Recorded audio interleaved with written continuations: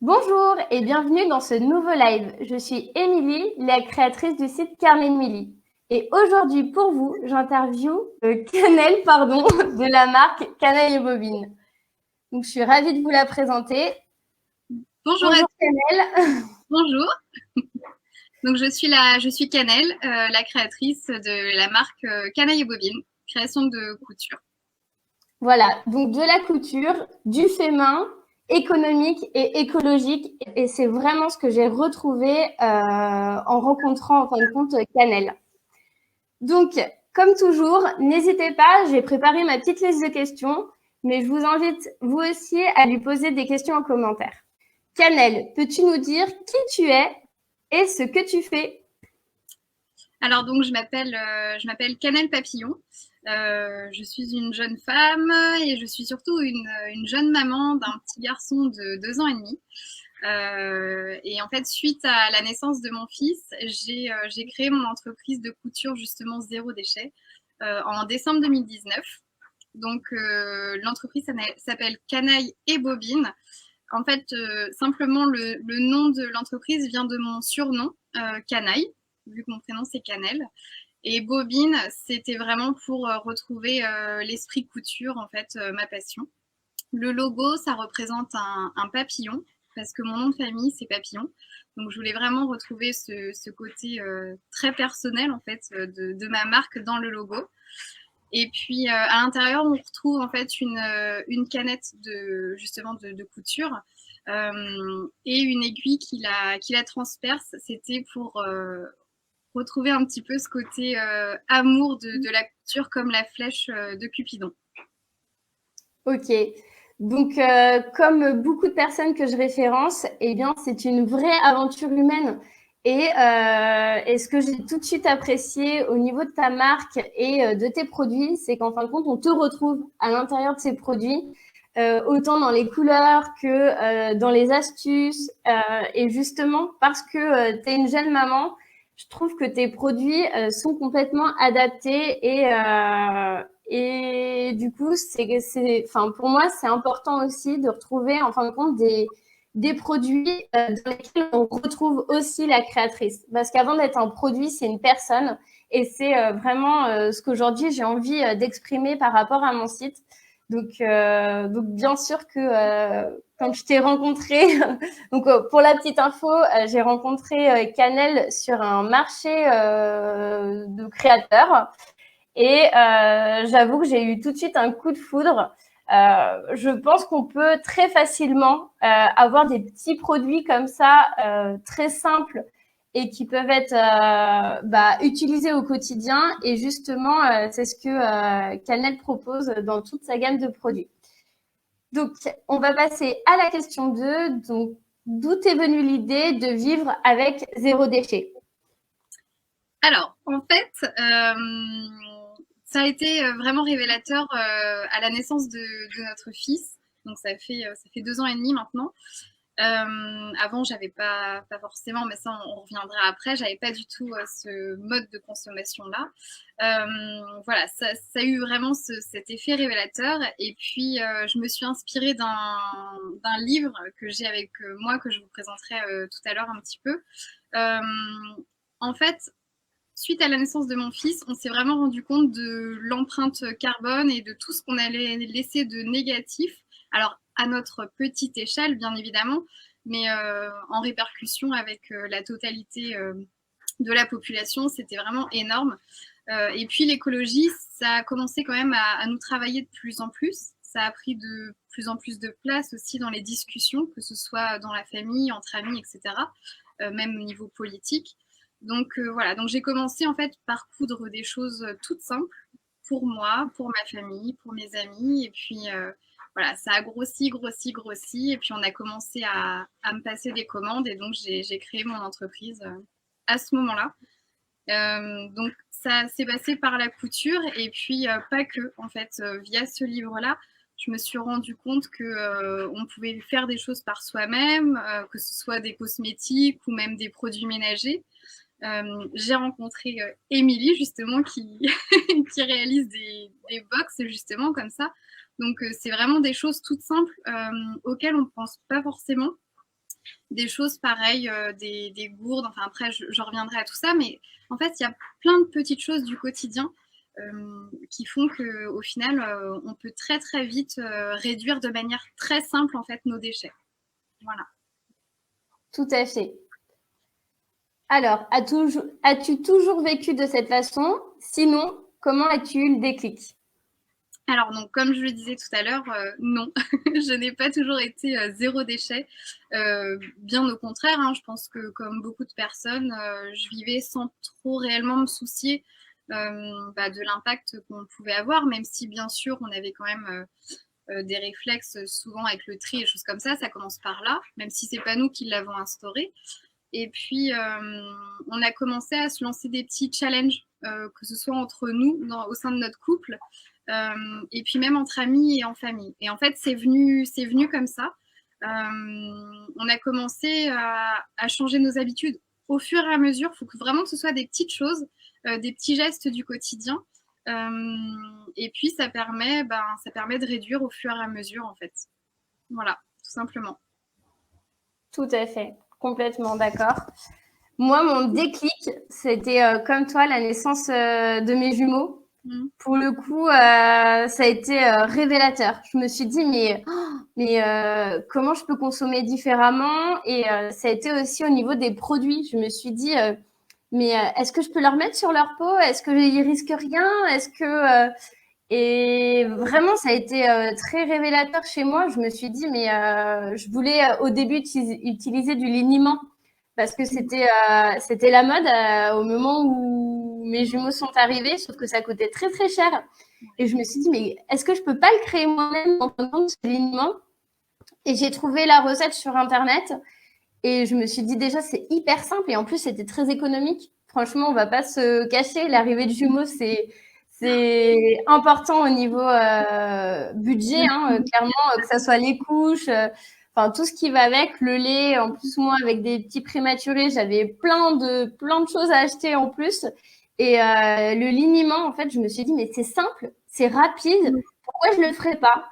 Et petit à petit, en fait, je me suis intéressée comme toi par le biais de livres, de blogs, de chaînes YouTube, à des alternatives, en fait. C'est ça. Et c'est aussi tout l'intérêt, en fin de compte, des ateliers que je propose, redonner la compétence aux gens. Parce qu'on nous a dit pendant plusieurs années qu'on n'était pas capable, qu'on allait faire des catastrophes, qu'on allait se brûler, etc. Et en fin de compte, en utilisant des produits complètement naturels, c'est très simple, c'est hyper simple. C'est comme ma lessive. Ma lessive, c'est 30 secondes à faire la box lessive au savon noir. C'est 30 secondes. Et clairement, souvent, ce qu'on entend, je ne sais pas si tu entends la même chose que moi, mais j'ai pas le temps, j'ai pas l'argent. J'ai pas le temps, j'ai pas l'argent. Mais en fait, on ne propose que des alternatives qui sont très économiques. Quand on arrête les petits cotons et qu'on utilise des cotons lavables, par exemple, comme les tiens, eh ben, ça demande rien en fin de compte comme temps, puisque ça va dans la machine au même titre que le reste. C'est ça. Et clairement, donc oui, ça coûte au début quand on va les acheter, mais en sachant qu'on va plus jamais en racheter, c'est hyper économique. Et là, c'est clair que c'est écologique. On diminue petit à petit, en fin de compte, ce qu'on trouve dans la poubelle. C'est ça. Ouais, tout à fait. Alors, par où commencer lorsqu'on veut se lancer dans le zéro déchet? Alors, ça dépend vraiment de chacun. Moi, ce que je conseille quand j'ai justement des clientes qui me demandent comme ça, faut vraiment que ce soit par affinité. Le but, c'est pas de changer du tout au tout parce que là, ça le fera pas. Donc moi, je conseille souvent par pièce en fait. Il y a des gens, ça va être la salle de bain, d'autres personnes, ça va être la cuisine. Donc voilà, faut vraiment trouver votre affinité. Et puis après, c'est vraiment par des petites choses. Donc comme tu disais, Émilie, tout à l'heure, bien sûr, les cotons jetables. Bah, pour moi, c'est la base parce que c'est ce par quoi j'ai commencé. Parce qu'en me maquillant tous les jours, ça me paraissait tout naturel d'arrêter ce geste jetable, justement. Donc, c'est pour ça, en fait, que j'ai créé mes premières lingettes lavables. Après, ça peut venir par du savon solide, du shampoing solide. Moi, j'ai trouvé également en astuce des petits cotons-tiges lavables. Moi, je me mets du liner. Donc, c'est vrai que je prends toujours un coton-tige imbibé en fait avec du démaquillant. Et puis, je viens enlever en fait l'excédent. Donc là, j'ai un embout pointu qui me rappelle en fait, je ne sais pas si vous voyez bien, qui me rappelle en fait le coton-tige classique. Et de l'autre côté, donc c'est pareil, avec des petits picots qui permettent de bien enlever le cérumen. Sauf que lui, il est lavable. Donc, je ne jette plus aucun coton-tige. Voilà. Pareil, on a changé aussi il n'y a pas très longtemps, grâce à toi, Émilie, avec hop, la brosse à dents. Simplement, c'est la tête qui s'en va. Donc, niveau déchets, on a la brosse à dents électrique et puis on a celle-ci quand on s'en va en voyage. Donc, je trouve ça vraiment top. En fait, il y a vraiment plein de choses auxquelles on ne pense pas forcément, mais c'est vraiment des petits gestes, comme je disais tout à l'heure, qui font qu'au quotidien, vous allez voir que votre poubelle va se réduire au fur et à mesure au niveau des déchets. Les serviettes hygiéniques lavables, après ça, voilà, ça c'est un pas à passer ou non. Je me rends bien compte que ça peut être compliqué pour certaines personnes. En autre alternative, il y a la cup aussi, qui est super bien. Je ne sais pas si tu connais un petit peu, Émilie. Si, je connais, mais j'avoue que c'est pas mon alternative à moi. Ouais. mais oui, je connais complètement et je pense que de toute manière, il faut expérimenter. Tout à fait. Ouais. On peut très bien essayer et puis se dire ah bah non, c'est pas mon habitude à moi ou non, ça ne me convient pas à moi. Ouais. En fin de compte, il n'y a pas d'échec. Dans le zéro déchet, il n'y a pas d'échec. Et en plus, il faut être ultra bienveillant avec soi-même. C'est pas parce que, par exemple, souvent je dis quand vous commencez votre lessive, à faire votre lessive vous-même, très rapidement, en fait, on est convaincu parce qu'on se rend compte qu'elle lave bien, on se rend compte qu'il n'y a pas de difficulté. Pareil avec les cotons, on se démaquille, on les lave, on les réutilise. En fait, on se convainc tout seul par l'expérience. Et si jamais, à un moment donné, on a besoin d'un coton où on va racheter par habitude une lessive qu'on avait déjà, c'est pas dramatique. Il faut pas commencer à se lancer des cailloux. Enfin, vraiment, il faut se donner le temps. Mais surtout, se faire plaisir. Quand ces petits cotons qu'on utilise, ils sont super canons et on prend plaisir à les utiliser, ça va être la même chose que quand on va, par exemple, acheter une bouteille en verre pour mettre sa lessive. Plutôt, au début, on conseille, et c'est vrai, de garder ces bidons, ces anciens bidons.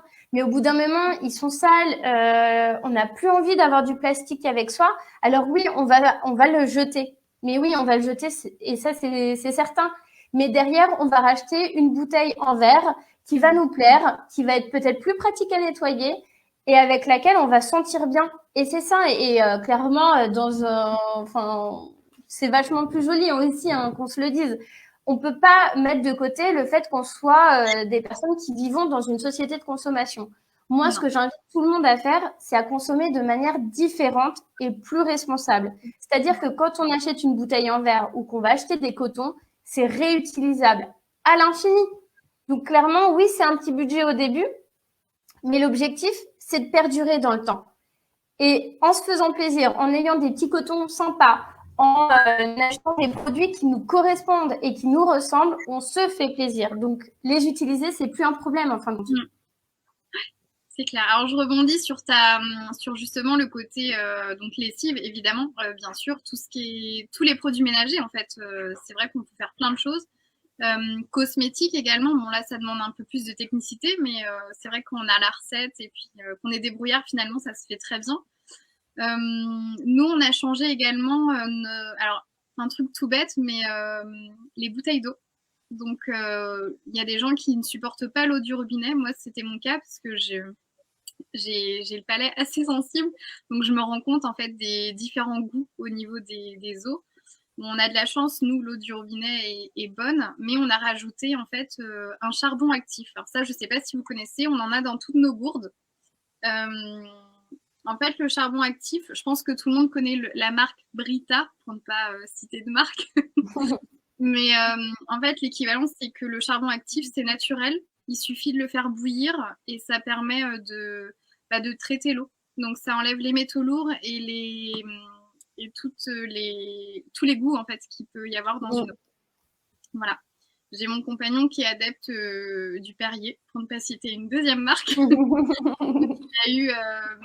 il a eu une soda stream. C'est tout bête, mais c'est plein de choses comme ça qui font que on n'a plus aucune bouteille d'eau depuis 2 ans et demi. Voilà. Tout à fait. Et ça représente beaucoup de déchets en plus. C'est énorme, c'est énorme. Donc, voilà, c'est plein de petites choses comme ça qui font que vraiment on y arrive et on a diminué notre poubelle par 2, quoi. Donc, en ayant un enfant en bas âge. Donc, vraiment, et ça passe par de l'essuie-tout lavable, des serviettes de table lavables. On a l'habitude de prendre de l'essuie-tout jetable. Voilà, il y a plein de choses auxquelles on ne pense pas forcément qui font que, voilà, c'est possible. Vraiment, c'est possible. Donc, il y a l'essuie-tout lavable et il y a aussi le torchon, en fait, un joli torchon. Parfois, moi, ça fait des années que je n'ai plus d'essuie-tout jetable. Et on a le torchon, on a des petites choses toutes basiques, mettre un coup d'éponge. C'est comme les lingettes. Enfin, les lingettes, c'est quand même quelque chose qui est aujourd'hui très, très important. Alors, moi, je ramasse les déchets sur la plage à chaque fois que j'y vais. Et c'est impressionnant le nombre de lingettes qu'on peut ramasser malheureusement sur les plages. Et aujourd'hui, on a plein d'autres possibilités, en fin de compte, que d'utiliser ces lingettes. Donc, vraiment, un coup d'éponge, un coup de gant de toilette, un coup de... Voilà, vraiment, on peut carrément s'en passer. Et facilement, en fin de compte. Oui, c'est ça. Ouais.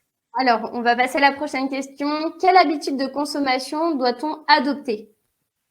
Alors, le zéro déchet en soi, à part dans les pays nordiques où oui, ça peut exister, nous, clairement, c'est dur et c'est pas dans nos mœurs. Donc, qu'on soit honnête, c'est compliqué. Comme on vient d'échanger, ça passe justement par plein de petits gestes, mais pas que. Nous, c'est pareil, on a découvert beaucoup d'artisans et de commerçants, donc on achète que local, vraiment que local. Donc on fait tout maison. Et mine de rien, l'empreinte carbone, elle est énormément réduite. Parce que au lieu d'acheter des bananes, on privilégie tous les fruits et les légumes de saison. Enfin voilà, on fait vraiment attention. En fait, au début, on a l'impression que ça va être insurmontable et que ça va être hyper compliqué et qu'on va pas manger, alors que si, tout se passe très bien. Il y a plein de fruits et plein de légumes à chaque saison différente. Ça permet de varier. On fait du fait maison et quand on veut le manger à une autre saison que durant laquelle on est, on congèle. C'est tout bête, mais on congèle et ça conserve toutes les propriétés et les nutriments des légumes et des fruits. Donc ça, c'est une première chose, acheter local. Et puis rien que pour les producteurs, c'est top, quoi. Donc faut vraiment y penser, d'autant plus dans la crise dans laquelle on est actuellement. Je pense que c'est doublement important. Voilà. Fabriquer les choses soi-même quand c'est possible. Donc, par exemple, via T-Box, c'est tout bête, mais ça nous permet d'apprendre comment faire. Et après, à nous de renouveler si on s'en sent capable. Donc, je trouve ça vraiment top, justement, des gens comme toi qui peuvent impulser l'idée et puis permettre aux gens de se lancer sur des choses comme ça. Vraiment, c'est top. Après, ça passe par d'autres choses comme prendre son vélo, voilà, faire des trajets au maximum en transport en commun, des choses comme ça. On échangeait avec Émilie voilà, avant. Moi, j'essaye de réduire au maximum la voiture. C'est bête, mais je fais plein de choses quand le temps le permet, évidemment, mais à vélo. Ça prend peut-être un peu plus de temps, mais ça permet de voir des choses qu'on ne se rend pas compte en fait sur le trajet forcément. Donc voilà, c'est plein de petites choses comme ça. Donc acheter local, fabriquer soi-même des choses quand c'est possible. Voilà, les différents trajets en vélo ou autre. Et puis utiliser des choses lavables et réutilisables. Ça, c'est un truc tout bête. Moi, par exemple, j'ai toujours un tote bag sur moi, un sac en tissu. On n'achète plus du tout de sacs plastiques. Enfin, maintenant, il y a les sacs de course, hein, j'entends. Mais j'en ai toujours un dans ma voiture ou sur moi dans mon sac. Et puis, un truc qui est super bien, mais après, il faut avoir l'espace pour, c'est un compost. Voilà. Je ne sais pas si tu en as un, Émilie, mais... Moi, je ne peux pas vivre sans mon compost, clairement. Voilà. Après, c'est vrai que quand on est en couple, il y a aussi des fois un décalage où on peut être, nous, très, très dans le modification de consommation. Par exemple, tu vois, mon conjoint, je pense que je lui ferais littéralement péter un câble avec mon compost. Mais voilà, pour moi, c'est impossible de vivre sans. Clairement, dès que j'ai une peau de banane, je prépare mes légumes, j'ai mes petits déchets, même si je sais qu'au jour d'aujourd'hui, il y en a beaucoup qui proposent des alternatives justement pour réutiliser, par exemple, les épluchures de carottes, etc. Moi, je ne fais pas ça, mais en tout cas, je peux pas vivre sans mon compost. Ah oui, moi c'est pareil. C'est quelque chose, j'ai tout le temps plein de trucs à mettre dans mon compost. Et après, je le réutilise parce que même si mon jardin est tout petit, alors clairement, on peut avoir un compost avec un tout petit jardin, parce que le mien est très petit. Mais voilà, il y a le compost, c'est pour moi quelque chose, aujourd'hui, je pourrais plus m'en passer. Pareil. Et après, rien qu'après, quand on fait des plantations et tout, c'est génial. Donc, le compost, c'est génial. Vraiment. Si vous avez une place, je vous conseille vraiment d'investir dans un compost. Pareil, quelque chose aussi où il faut avoir la place, mais c'est un récupérateur d'eau de pluie. C'est génial. Voilà pour les petites habitudes de consommation qu'on peut adopter. Donc moi, tout comme toi, c'est local, local, local et local. Parce que encore plus, comme tu l'as dit tout à l'heure, dans la situation dans laquelle on est, je pense que c'est très important de savoir qui on fait vivre derrière les produits qu'on achète. Et là où parfois tout le monde va prôner le bio, et bien sur le carnet de Milly, on prône le local. Parce qu'un bio qui vient d'Espagne, bah, je suis désolée, même si je vais en faire râler plein, et ben c'est pas bio pour moi. Et alors que consommer avec un producteur qu'on va même apprendre à connaître, on va apprendre sa manière de produire, sa manière de créer, tout simplement. Je pense que ça a beaucoup plus de sens. Et aujourd'hui, il me semble que nous devons retrouver du sens, en fin de compte, et surtout dans notre consommation. Je pense que c'est vraiment important. Donc oui, pour moi, c'est consommer local et consommer local, tout simplement. Je suis d'accord avec toi. Consommer français. Après, si vous ne pouvez pas consommer local, consommez français. Vraiment. Oui, ouais, je suis complètement d'accord avec toi. Alors, pourquoi est-ce important, selon toi, de réduire au maximum tes déchets? Eh bien, on vient de le dire en partie déjà pour vous donner du sens à vous. Après, au plus général pour la planète, tout bêtement, mais voilà, ça paraît bête, mais c'est une réponse les plus évidentes pour les générations futures, parce que bon, bah, on sera plus là dans 100, 150 ans. Mais c'est pour laisser, enfin, moi personnellement, en ayant des enfants, je vous dis, moi, c'est ça qui a vraiment déclenché la chose. Mais vraiment, les générations futures, moi, c'est ce pourquoi j'ai commencé à me lancer justement dans la couture lavable et réutilisable pour justement permettre aux gens voilà, de changer leurs habitudes par des petits gestes du quotidien qui sont hyper simples, des choses accessibles.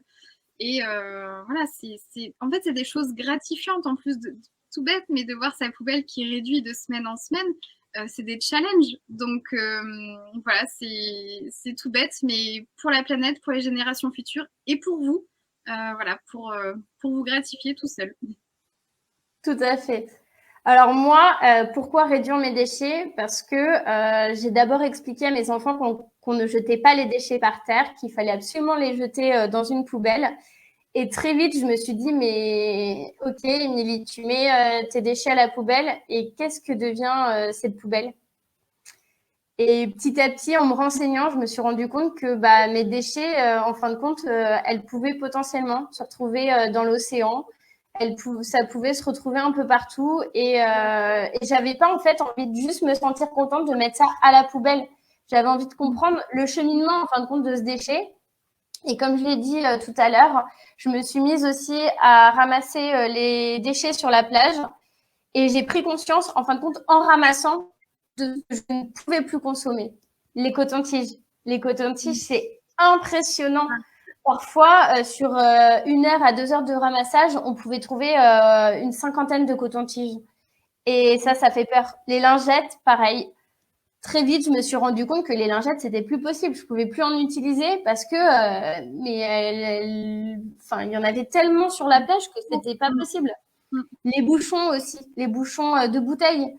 Enfin voilà, il y a beaucoup, en fin de compte, c'est en ramassant les déchets que j'ai pris conscience de ce que moi je mettais dans ma poubelle. Et oui, c'était bien de plus jeter par terre et de pas jeter par terre et de faire attention, en fin de compte, à l'endroit où on mettait son déchet. Mais j'avais eu surtout envie de réduire ces déchets. Et juste pour la petite anecdote, quand je suis arrivée, quand j'ai acheté ma maison, je suis arrivée et j'avais une énorme poubelle verte. Je me suis dit, mais c'est pas possible, moi, j'ai pas besoin d'une grosse poubelle comme ça prend de la place en plus chez moi. J'ai appelé le centre pour changer ma poubelle et j'ai eu plein de résistance en fin de compte. La dame me disait, mais non, vous êtes 4, c'est une poubelle comme ça qui est prévue pour vous. Mais non, moi, je veux une petite poubelle parce que je vous dis déjà, il passe 2 fois dans ma rue par semaine, donc c'est énorme. Et moi, je mets ma poubelle qu'une fois par mois. Donc en fait, et j'ai besoin d'une petite poubelle. Et ça a été un forcing. Et la dame m'a dit, oui, bon, bah alors, si jamais vous voulez revenir en arrière, eh ben, on vous fera payer. Mais attendez, madame, je vous dis, ça passe 2 fois dans ma rue.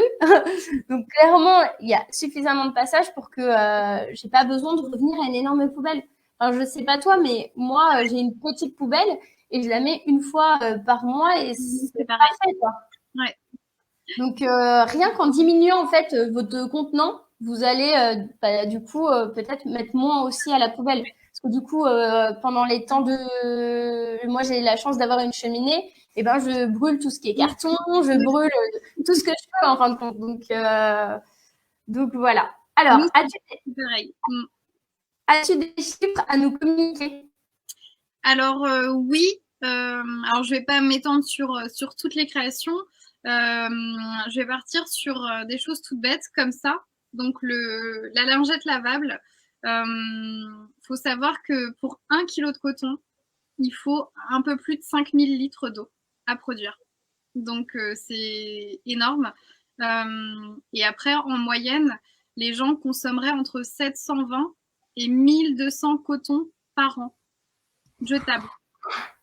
Donc, ça fait peur. Enfin, c'est voilà, quand on sait que ça passe à la machine avec vos culottes, vos jeans, etc. à 60, même avec vos torchons propres, évidemment, enfin pas trop sales en tout cas.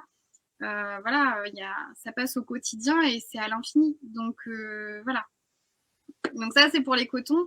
Les serviettes hygiéniques jetables, ça met 500 ans à se dégrader. C'est autant qu'une bouteille en plastique. Donc c'est énorme quand on voit une femme voilà, sur sa vie de femme, elle jette environ 10 000 serviettes. Donc clairement, c'est voilà. Après, je me rends bien compte qu'il faut être capable de passer au jetable, surtout pour cette partie-là, protection intime. Mais c'est vrai que quand on a des chiffres comme ça, c'est hyper impactant et ça fait peur. Donc voilà. L'essuie-tout jetable, où là, ça peut parler un peu plus à un plus grand nombre, je pense. En moyenne, c'est 3 rouleaux par semaine. Alors, ça varie. Bien sûr, il y a des gens qui vont me dire non, pas du tout. Voilà. C'est une moyenne. 3 rouleaux par semaine, ça représente environ 34 kilos de poubelle. Donc, c'est énorme aussi. Et ça représente en gros 160 € par an de jetable. Contrairement à un lavable où on est à 10 feuilles lavées par semaine. Et donc, 0 kg normalement dans la poubelle. À part si vous le détériorez ou je sais pas, vous mettez un trou dedans, mais normalement ça ne va jamais à la poubelle, vu que ça passe à la machine à 60 aussi. Et ça coûte un rouleau de 10 feuilles 38 € pour toute la vie. Bon, à part dans quel état vous l'utilisez, mais 38 € comparé à 160 à l'année sans déchets dans la poubelle. Voilà. Je ne vais pas vous inonder de chiffres, mais je pense que c'est hyper impactant, les 3. Tout à fait, complètement d'accord. Complètement d'accord. Et même si on le sait, de l'entendre, oui, ça fait peur. Ouais. Ça fait peur. Et en fin de compte, de trouver ces alternatives à soi et qui nous correspondent à nous, c'est pas impossible en fin de compte. il faut tester, il faut essayer, voir si ça vous convient ou non, et puis réessayer d'autres choses jusqu'à temps que vous soyez à l'aise avec ces alternatives-là. Tout à fait.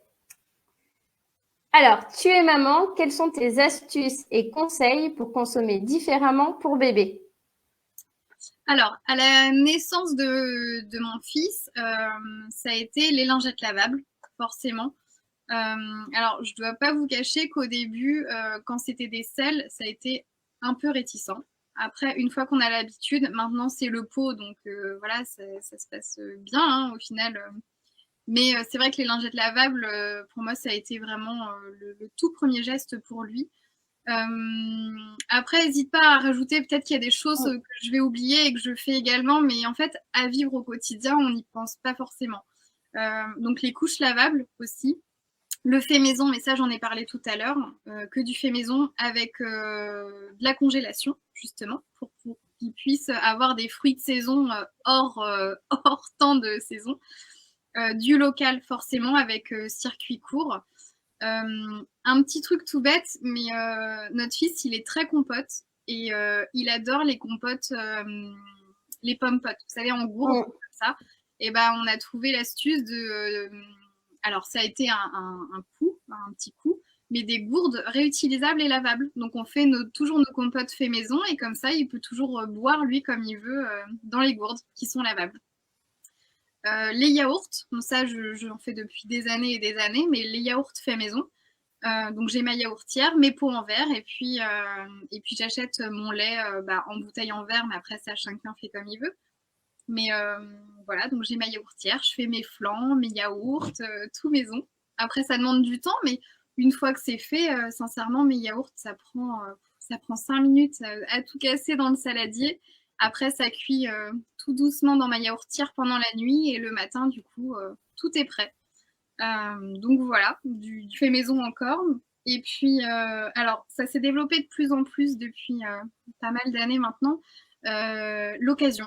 Donc, il a que des vêtements d'occasion et que des jouets d'occasion, à part vraiment voilà, pour certaines choses où c'est délicat, mais on est beaucoup, beaucoup occasion. Pour beaucoup de choses, même pour nous. Mais oui, carrément. Mais c'est vrai qu'aujourd'hui, ça s'est énormément développé l'occasion, mais moi aussi, hein, au niveau vêtements, ils ont que de l'occasion. Moi, en fait, ce que j'ai trouvé tout de suite très intéressant, c'est de faire maison mes petits pots, les repas. Je faisais ça soit une fois par semaine, soit une fois par mois. Je faisais plein de faitout de plein de légumes différents.